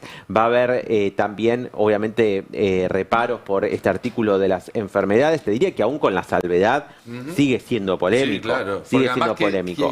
¿Quién determina qué es una cosa, qué es la otra? Bueno, desde ya, y porque en definitiva también, a ver, la ley en general, todo el proyecto de ley lo que hace es quitarle, emancipar al trabajador de la capacidad de manejo de su propio tiempo, o sea, de su propia vida. Vos no vas a saber, vos sabés a qué hora entras a trabajar, no vas a saber a qué hora te vas a ir porque por el banco de horas, no sabés cuándo te vas a poder tomar las vacaciones, ni cuánto tiempo van a durar, y tenés que estar el tiempo libre cuidándote de que no te atropelle un auto, de que no te lesiones si jugás al fútbol, de absolutamente nada, porque todo eso puede repercutir en tu sueldo. Sí. Entonces, frente a este contexto, hay todavía bloques que están intentando modificaciones. A ver, la opción de máxima es la demora del proyecto. El proyecto va a convertirse en ley y esto lo reconocen en el peronismo. Hay mucho pesimismo en el peronismo respecto a la posibilidad de bloqueo, salvo que, insisto, siga profundizándose este tema en la agenda y las encuestas sigan llegándole mal a los gobernadores y puedan llegar a torcer el rumbo en función de esto. Una consulta técnica. Si esto se estira más allá del 28 de febrero, ¿la media sanción sigue vigente o al cambiar el año legislativo tiene que volver a comenzar el proyecto de cero? No, sigue vigente. Sigue vigente. Hay algo interesante. No lo quiere para tenerlo como anuncio el 1 de marzo, Milei en la Asamblea Legislativa. Necesita que se apruebe este proyecto de ley porque es uno de los compromisos asumidos con el Fondo Monetario. Entonces, necesita que cuando el directorio se reúna a leer y evaluar el informe del staff técnico, tengan como una zanahoria, así, che, pero mirá que están cumpliendo algo, porque pasa que el staff pasó muy rápido por Buenos Aires y que el comunicado no oficial que difundió el fondo está todo maravillosamente bien. Se espera un informe muy crítico del staff. El staff siempre te atiende. El staff no se compromete con la política. El staff hace todo. Recordemos, digamos, que el fondo tiene dos grandes, si se quiere, carriles, el técnico y el político, el staff y el directorio. Y todo lo que venimos viendo desde el 24 para acá, incluso algunas notas en medios norteamericanos con filtraciones en off the record de funcionarios del fondo y demás, es de que hay un descontento muy grande de la parte técnica respecto a cómo se está manejando políticamente esto, ¿no, Cande? Sí, la verdad es que está claro el apoyo político del fondo, no solo por un apoyo ideológico, sino también porque el fondo está muy jugado con la Argentina. No solo somos su principal deudor, de nuevo, más de 70.000 millones de dólares, sino que además estamos muy, muy lejos del resto de los países. Entonces, hay un apoyo ideológico que viene de parte de Trump, que sabemos que Estados Unidos tiene un peso relativo mucho más importante en el FMI que el resto de los países, pero también hay una cuestión donde el FMI ya se comprometió 2 veces por encima de las posibilidades que tenía Argentina. Entonces, para mí, hoy en día, por ahí como este gobierno va en la misma línea que el FMI en términos de recortes y ajustes que piden y reformas, bueno, no nos damos cuenta, pero en el momento en que haya un cambio de rumbo en la Argentina o en Estados Unidos, bueno, ahí vamos a empezar a sentir un poco más esas tensiones. Hay una cuestión vinculada con el tema del staff. Simplemente hay que hacer este recorrido. No cumplieron la meta de reservas. Las cuentas fiscales están bajo tensión. Si ves con detalle el tema del manejo monetario, es bastante cuestionable. Está el índice de precio al consumidor. Digamos, la manipulación de la metodología, esto lo ve también el staff. Entonces, que dice, bueno, a ver, muestren algo. A ver, claro. Está bien, las cosas van bien. Independientemente de lo político, Trump lo va a apoyar, va a darle el desembolso, pero el staff técnico va a ver eso. Y lo que va a ver es precisamente todos esos números. Para tener presente cómo se maneja el staff. Discúlpame, dame una. Y que la economía está estancada. Digamos, todo eso. El staff publicó, la deuda pública argentina es solvente, no con alta probabilidad. No es solvente. No, sustentable. Es sustentable, no con alta probabilidad. A ese nivel llega el staff técnico, a mojarte la oreja a ese nivel. Entonces, si el staff en un acuerdo que estaba totalmente arreglado para darle los fondos a Macri, puso que la deuda no era sustentable, te imaginas lo que va a poner ahora. Después va a buscarle la fórmula para que quede posible el gancho del directorio. Claro. Pero el mercado va a leer la letra chica. Sí. Así es. Recordemos que en el último, o sea, en el primer informe que hubo en este nuevo programa, decía, bueno, la posibilidad para que sea sostenible tiene que ver con que Argentina acceda al mercado de crédito internacional. De hecho, lo marcaba desde 2026, o sea, desde este año Argentina debería estar en el mercado de crédito internacional, algo que no está sucediendo y que el gobierno dijo que no va a ir por esa estrategia. Entonces, bueno, hay que ver cómo resuelve con ese perfil de vencimientos que veíamos, que se ve imposible dentro de las cuentas de Argentina, bueno, cómo resuelve el repago al Fondo Monetario, que entendía que, bueno, iba a venir un nuevo ciclo de deuda, esos dólares se usaban para pagarle al fondo. Bueno, parece que no es el escenario, por lo menos del 2026. Y tengamos en cuenta que el gobierno quería, en un primer momento, sancionar la reforma laboral en febrero para bajar el riesgo país, y la media sanción no tuvo el efecto deseado en los mercados financieros. No, para nada. Volvamos entonces un poco a esta discusión sobre lo que seguramente se termine resolviendo en la Cámara de Diputados. ¿Este jueves sería la sesión? Este jueves sería la sesión. Va a ser clave el miércoles lo que empiece a percibir el oficialismo, de si tiene o no los votos y qué es lo que pasa a nivel particular. Yo realmente veo difícil que no se estire la discusión en el Senado, que el gobierno consiga la totalidad de votos para que salga así como entró del Senado y se convierta en ley este mismo jueves, porque, insisto, todos los sectores quieren plantear distintos tipos de modificaciones y porque además hay muchos que, aún estando de acuerdo como el PRO, quieren mojarle la oreja al oficialismo y pasarle factura por algunos temas pendientes que tienen acumulados ya desde hace tiempo, sin que esto implique una posición en contra de la ley, porque lo que no va a ocurrir, lo que no se ve en este momento es una masa crítica suficiente para que el proyecto caiga. Eso no, pero sí para que se demore su tratamiento. Ahí lo que podría pasar, en una hipótesis optimista si se quiere, es algo parecido a lo que había empezado a suceder después del gobierno lo pudo corregir con el presupuesto. Es decir, que los cambios que le haga a la Cámara de Diputados sean tan grandes que el Senado, ante la alternativa de no poder insistir con su primera versión, prefiera no tratarlo. Pero bueno, todavía eso parece muy lejos. Lo que podría llegar a precipitar algo así es una reacción popular mucho más fuerte de lo que hubo la semana pasada, porque claramente lo que se vio la semana pasada, más allá de la represión, más allá del circo, más allá de la forma en la cual se desarrolló todo, que también hay que poner un asterisco, porque si ya es la cuarta o quinta vez que el gobierno te logra desarmar una manifestación masiva con la misma táctica, vos tenés también que revisar tus propias tácticas, porque si no tampoco sirve para mucho el esfuerzo que se hace, y es un esfuerzo convocar una manifestación.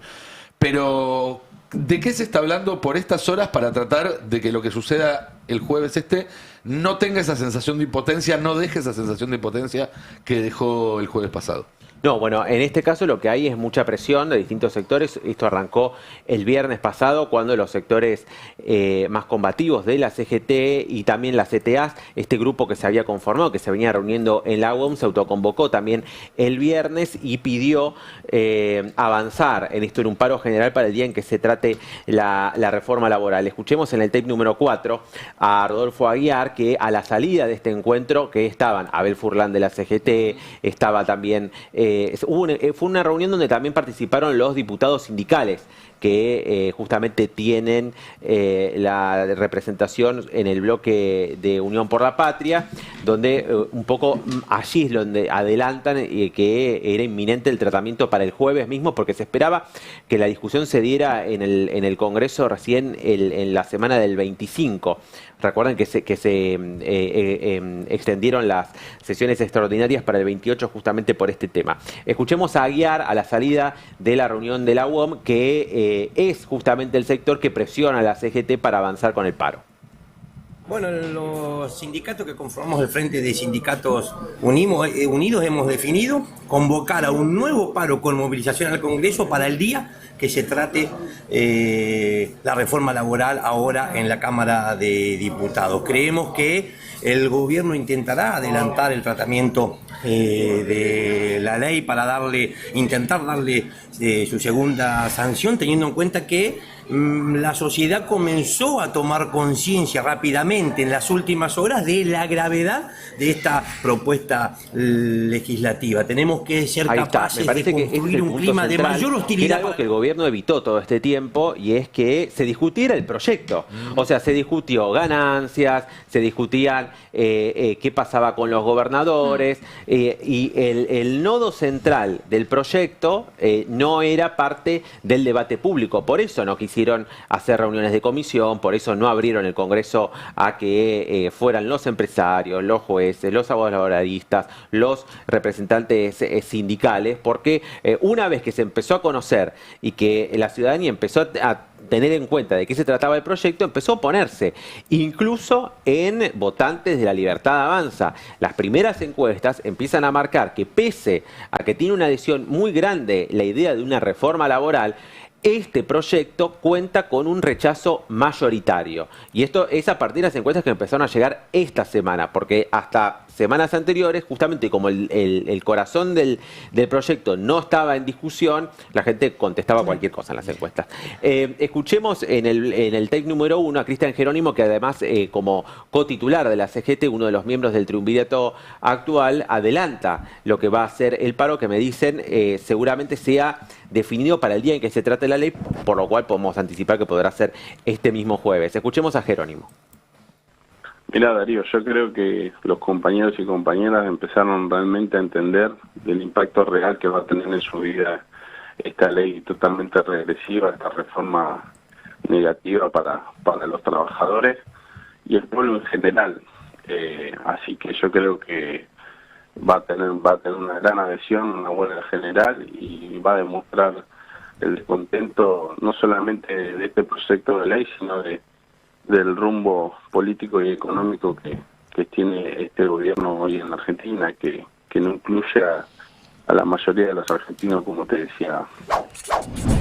Y también yo creo que la marcha, la CGT jugó a menos en la marcha de la semana pasada porque estaba negociando las cuotas sindicales.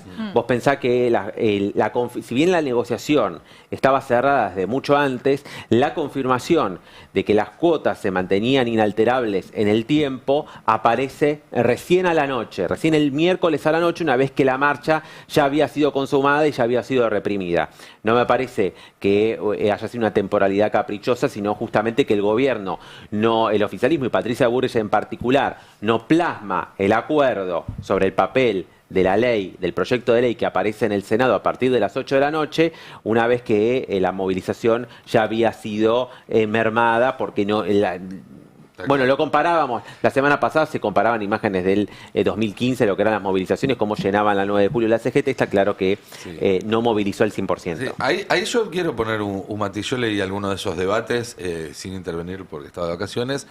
El mundo no es el mismo de 2015. Yo creo que si la CGT aún pusiera toda la carne al asador, le costaría muchísimo más que en 2015 una movilización. Coincido completamente. De esa magnitud. De hecho, la cantidad de afiliados es menor. No, hay una consecuencia grave igual, digamos. En un caso de un triunfo, más allá de lo obvio, es una frustración enorme de la ciudadanía y una sensación de que Milei puede hacer lo que quiere, que puede avanzar de manera sin que nadie lo frene. Eso me parece que es mucho más grave. Un punto de inflexión a nivel político. En esto que digo, hay un núcleo de quienes adhieren a la Libertad Avanza o que forman parte de su núcleo de votantes que empiezan a advertir y plantear diferencias, de decir, este proyecto no me representa, esto no estoy de acuerdo, no me parece que sea el camino, y puede llegar a ser un punto de quiebre, incluso si se efectiviza la ley, porque si se cumple la ley se van a profundizar este grado de despidos que estamos viendo. Perdiste 100.000 empleos formales en la industria y de las actividades administrativas. Sí,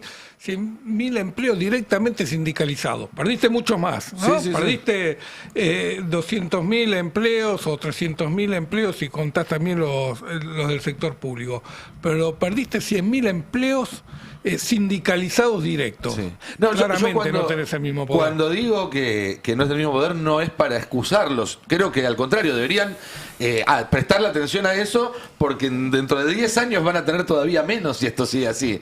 Entonces, ahí me parece que hay cuestiones más estructurales que a veces se pierden en esta negociación más de lo cotidiano, de lo coyuntural. Tengo dos preguntas para hacerte sobre la reunión que está teniendo lugar ahora, así que no sé si las vas a poder contestar en principio, pero la primera es, ¿sería paro en casa? ¿Sin movilización? ¿Sería con plaza vacía el debate? Y la segunda, ¿qué pasa con los gremios de transporte, que son los que en general definen, no la efectividad del paro, porque la efectividad del paro se define no muchas veces en las fábricas, que eso no sale en la tele, pero sí cómo se percibe al paro desde el que lo está mirando en las redes, en la tele y demás? Sí, la UTA está confirmando que va a ir al paro en esta oportunidad, pese a que existe una conciliación obligatoria en este momento por la paritaria que está teniendo, o por la negociación también federal. Ya la semana pasada la UTA había amenazado con un paro para el día en que se trataba el proyecto, para el miércoles, hablando de cuestiones salariales. Y justamente el día anterior, el martes a la noche, se dictó la conciliación obligatoria. Pero iba a haber una coincidencia donde distintos gremios del transporte, inclusive la UTA, aunque esté fuera de la CAT, que es este grupo de sindicatos que están sobre todo encabezado por Schmidt, el ex triunviro de la CGT, que planteaban justamente la necesidad de un cese de actividades durante el tiempo de la movilización. La UTA de alguna manera iba a convalidar esto, pero finalmente no ocurrió. Pero sí, se va a sumar la UTA y entiendo que es sin movilización. Entiendo que el paro es sin movilización. Sería plaza vacía el Sería con tratamiento de la plaza ley. vacía, con un país vacío sería en este caso sería la imagen que se está buscando para el próximo jueves. Contrasta con lo de la CTA que veíamos más temprano, que convoca a marchar a la plaza. Es un riesgo, porque si el paro no tiene una contundencia tal que se note a lo largo y a lo ancho de todo el país, corres el riesgo de que casi pase desapercibido todo. Pero bueno, entiendo que se está discutiendo por estas horas. Vamos a saber muy pronto cuál es la determinación que se tome finalmente. Sin duda que esté el transporte adhiriendo ayuda y mucho. Desde ya, y también el hecho que el gobierno haya tenido que acelerar a este nivel el tratamiento de la ley también da cuenta de que la situación es muy dinámica y que el gobierno también ve riesgos en lo que puede llegar a ser la sanción o los tiempos que tenía previstos inicialmente. Y cuanto más se estira, más se complica, Sí. ¿no? Ellos querían aprobarlo en diciembre, no pudieron, ahora en febrero están teniendo algunos roces más. Y marzo yo creo que va a empezar con otro tipo de conflictividad y que si se empieza a solapar lo político con lo social y demás, se le puede empiojar un poco todo el Sin tratamiento. embargo, vos sabés que hace una semana circuló una encuesta que le daban cierto grado de verosimilitud, ¿no? de credibilidad, donde a todas las preguntas que se les hacían sobre situación económica pasada y actual, sobre perspectivas económicas, sobre la ley laboral, todas eran 65 a 75% negativas para el gobierno. Salvo la de ¿a quién votaría usted? Y ahí volvía a estar la Libertad Avanza como primera opción. Había una contradicción muy fuerte en la opinión entre todo lo negativo de este modelo y la falta de una oposición que lo pueda Sí, está catalizar, jugando ¿no? al solitario, claramente. Fer, tenías unos datos más de presupuesto, ¿no? ¿Le están poniendo asteriscos al ajuste? Sí, había datos muy interesantes, unas placas muy interesantes sobre el ajuste porque no es parejo para todos el ajuste. O sea, es que CEPA, que suele hacer unos informes muy interesantes sobre el análisis del presupuesto, mostró que en enero hubo una caída del 22% en el gasto comparando con enero del 2023. De 12 billones de pesos que había de gasto en 2023 se cayó a 9,5 en enero de este año. Pero cuando uno miraba qué pasaba dentro de ese gasto, cómo se había modificado, cómo había evolucionado, encontraba algunas perlitas, como que en el caso de seguridad y defensa, el Estado Mayor Conjunto de las Fuerzas Armadas recibió 57% más de presupuesto en este enero, pese a que cayeron los fondos que le giraban a las cajas de jubilaciones y pensiones de la Policía Federal, que cayó el presupuesto destinado a la Armada, a la Fuerza Aérea, al Ejército, a la Gendarmería, es decir, todas las fuerzas de seguridad perdían, pero el Estado Mayor Conjunto de las Fuerzas Armadas tenía mayores fondos por 57%, y esto probablemente tenga que ver con quién es el ministro de Economía, quién es el ministro de Defensa actual, ¿no? Que le haya hecho algún favor o que haya potenciado ese sector. Sin duda. Y hay otra placa también muy interesante donde muestra que hay muchas agencias del Estado que perdieron fondos en enero.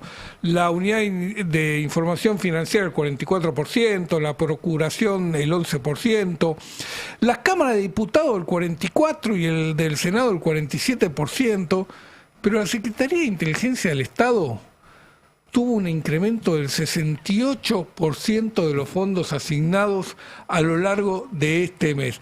Es increíble porque es demasiada la diferencia entre ¿no? lo que se le gira a la CIDE con el resto, con el que pasa con el resto. No sorprende porque viene siendo así desde siempre. Recordemos también aquel decreto que fue rechazado por ambas cámaras del Congreso, que buscaba darle mucho más fondos. mucho más fondos. Y además, lo que también se ve cuando uno mira todos esos datos presupuestarios, además de los fondos asignados, es como, mientras que la enorme mayoría de las partidas en este gobierno se subejecutan, las partidas que son de la CIDE, de seguridad, de inteligencia y demás, están siempre ejecutadas al 98, 99, 99,5, 99,9%. Siempre para algunos lugares hay plata.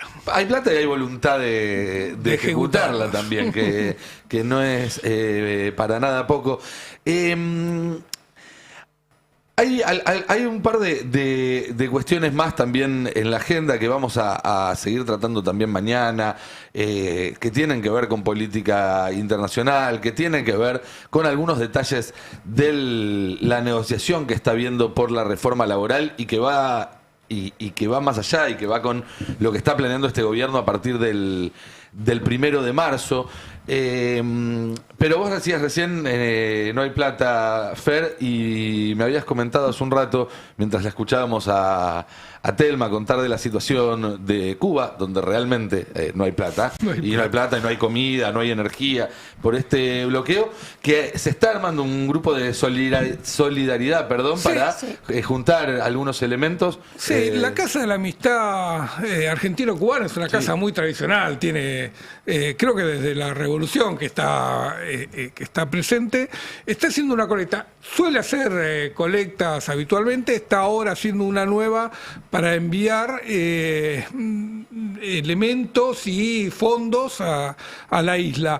Se puede buscar en internet y se va a encontrar, si no, la cuenta está en el Banco Credit Corp, como no, por supuesto. Puede ser de otra manera.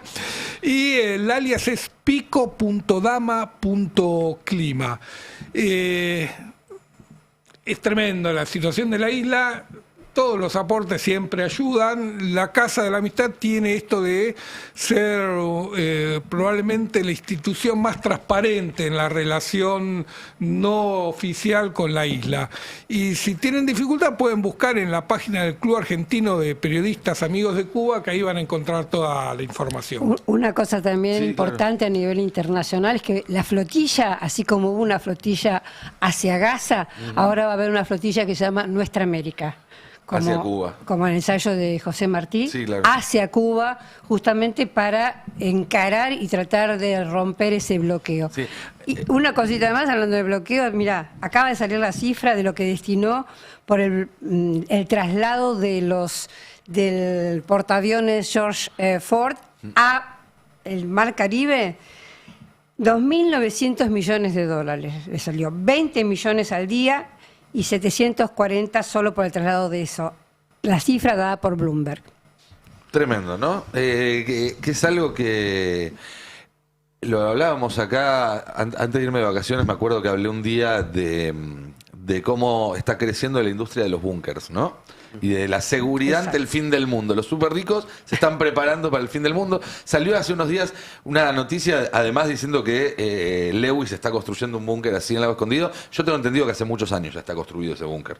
Que el Lago Escondido siempre fue, digamos, de alguna manera un plan B para alguna situación complicada. A lo mejor lo están modernizando o poniendo la inteligencia artificial. Cuando pasamos al año del 2000 al 2001, ¿te acuerdas del I2K? Claro. Había también una profusión de construcción de bancos. Absolutamente. Y a lo que voy es que si uno pensara que toda esa plata que están gastando, en este caso los supermillonarios, para salvarse del fin del mundo, en vez de eso se gastara para tratar de evitarlo, sería un poco distinto todo. Y pasa lo mismo, digo, con esto de los bloqueos. ¿No? Si toda esa plata Estados Unidos la distribuyera o la utilizara de alguna manera para ayudar a América Latina, a lo mejor hace muchos años que la relación sería muy distinta, pero en realidad la única forma que ven de relacionarse con nosotros es a través de ese tipo de sometimiento.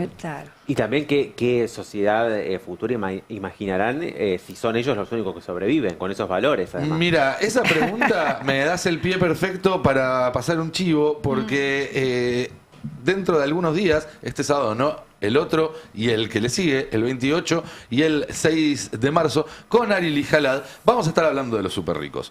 Porque se habla poco de los súper ricos y hoy son un factor muy importante porque son los que toman decisiones. Son básicamente los socios del gobierno de Estados Unidos, del gobierno de Israel, son los que están impulsando muchas de las agendas que vemos hoy en día y es un tema del cual prendés la tele y no se habla, prendés la radio y no se habla, en los diarios no se habla. Bueno, Ari viene investigando a los súper ricos argentinos hace mucho tiempo, cómo funcionan, qué hacen con su plata, dónde se la llevan y demás. Yo vengo investigando el fenómeno a nivel más global. Nos vamos a juntar y vamos a juntarnos en el Santa Evita con quienes quieran venir a charlar un rato de este tema, a contarles lo que sabemos, a responder preguntas, a tomar algo rico, a comer algo rico también. Así que los que quieran venir pueden buscar sus entradas en Alternativa Teatral y nos vamos a ver pronto charlando un poco de este tema. Por si quieren escuchar más de lo que decimos ya todos los días acá en el Destape, que es algo que nos encargamos siempre. Bueno, vamos llegando al final de este pase. No sé si, Telma, ¿te quedó algo en el tintero? ¿Alguien más tiene algo en el tintero? Entonces, cerramos el programa de hoy. Muchísimas gracias a todos y a todas, no solamente a mis compañeros acá en la mesa, que ustedes pueden ver y escuchar, sino a los que están del otro lado del vidrio y hacen un trabajo extraordinario, y también a todos ustedes, obviamente, que nos eligen cada mañana para informarse, para la compañía. Quédense, ya viene Adrián Murano con sus verdades afiladas. Hoy desde las 7 de la tarde me reincorporo al pase de la tarde también, para los que estaban preocupados y me extrañaron, más allá de que Candy hizo un trabajo extraordinario estas 2 semanas con todo el equipo. Así que... Con mi equipo no, Alonso, con mi equipo no te metas que te pelees conmigo. Singular. Quédense en el Destape, nos vemos en cualquier momento y si no, mañana a las 10 de la mañana haciendo el pase. Chau, chau, que tengan buen día. Hasta mañana. No te quedes con los titulares. Busca la verdad. El Destape 1070. Radio y punto.